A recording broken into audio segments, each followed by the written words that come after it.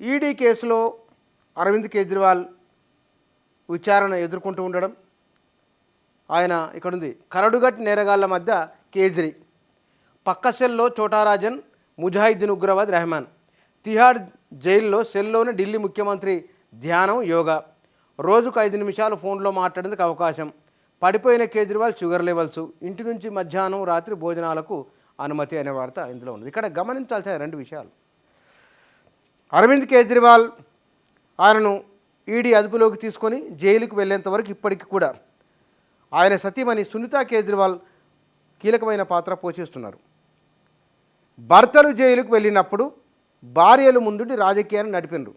అది మన దగ్గర 1990ల నుంచి ఆ సినారియో చాలా బలంగా కనబడుతున్నది. మరికొంతమంది కూడా ఉన్నారు. ప్రముఖంగా ఉన్నవారు, మొత్తం దేశవ్యాప్తంగా సంచలనమైన వారు 1-2 అంశాలు మనం చూద్దాం. ఆ దానా కుంభకోణం కేసులో అప్పటి బీహార్ ముఖ్యమంత్రి లాలూ ప్రసాద్ యాదవ్ జైలుకు వెళ్ళినప్పుడు రబ్రీదేవి ఆ రాష్ట్ర రాజకీయాలలో చక్రం తిప్పారు. ఆమె ముఖ్యమంత్రి కావడం, తనదైన ముద్ర కూడా రాజకీయాలలో రబ్రీదేవి వేసింది. భర్త జైల్లో ఉంటే బయట ఉండి పార్టీని కాపాడుకున్నది, తన పదవిని కాపాడుకున్నది, రాజకీయాన్ని నిలబెడుతూ వచ్చింది రబ్రీదేవి. ఆ తర్వాత వైఎస్ జగన్మోహన్ రెడ్డి జైల్లో ఉన్నప్పుడు వారి సతీమణి భారతీదేవి ధర్నాలు, రాస్తారోకోలు, ఆందోళనలు ఇవి చేస్తూ వైఎస్ఆర్ కాంగ్రెస్ పార్టీ నిలబెట్టే ప్రయత్నం చేసింది. చాలా బలంగా నిలబడింది. తన భర్త బయటకు వచ్చిన తర్వాత ఎన్నికల్లో గొప్ప విజయాన్ని సాధించేందుకు మార్గం సుగమం చేసింది వైఎస్ భారతి. ఆ తర్వాత చంద్రబాబు నాయుడు జైలుకు వెళ్ళినప్పుడు వారి సతీమణి భువనేశ్వరి ఎప్పుడూ బయటికి రాలేదు. ఆమె యాత్రలు చేసింది, మొత్తం రాష్ట్ర వ్యాప్తంగా తిరుగుతూ ఉన్నది, మహిళలను కలుస్తూ ఉన్నది మాజీ ముఖ్యమంత్రి భార్య భువనేశ్వరి. జేఎంఎం జార్ఖండ్ ముక్తి మోర్చా ముడుపుల కేసులో, మనీ లాండరింగ్ కేసులో హేమంత్ సోరెన్ వారు విచారణ ఎదుర్కొంటున్న సందర్భంలో కల్పనా సోరెన్ వారి శ్రీమతి ఇవాళ రాజకీయంలోకి వచ్చింది.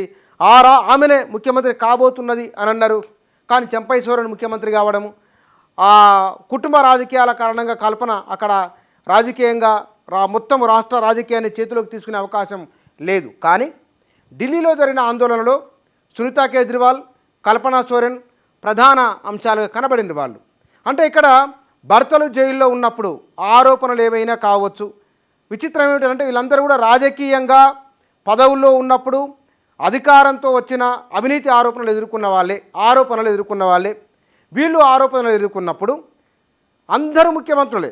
కేజ్రీవాల్ ముఖ్యమంత్రి, లాలూ ప్రసాద్ ముఖ్యమంత్రి, చంద్రబాబు నాయుడు ముఖ్యమంత్రి, హేమంత్ సోరెన్ ముఖ్యమంత్రి.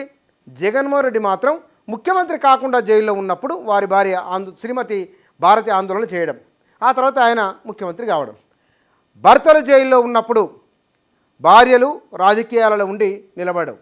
సాధారణంగా మన దేశంలో రాజకీయాల్లో పురుష ప్రాధాన్యం ఉందంటారు. పురుషులే రాజకీయాలు నడుపుతారని మన అనుభవంలో ఉన్నది.